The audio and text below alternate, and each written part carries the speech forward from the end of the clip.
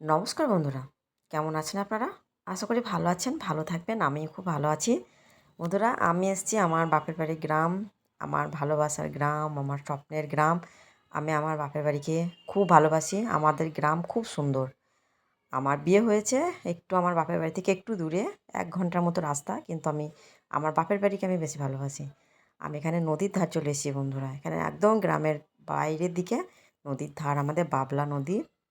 আজকে আমি নদীতে চান করতে এসেছি। আমার বোন, আমি। এটা হলো আমাদের তপবন আশ্রম বন্ধুরা।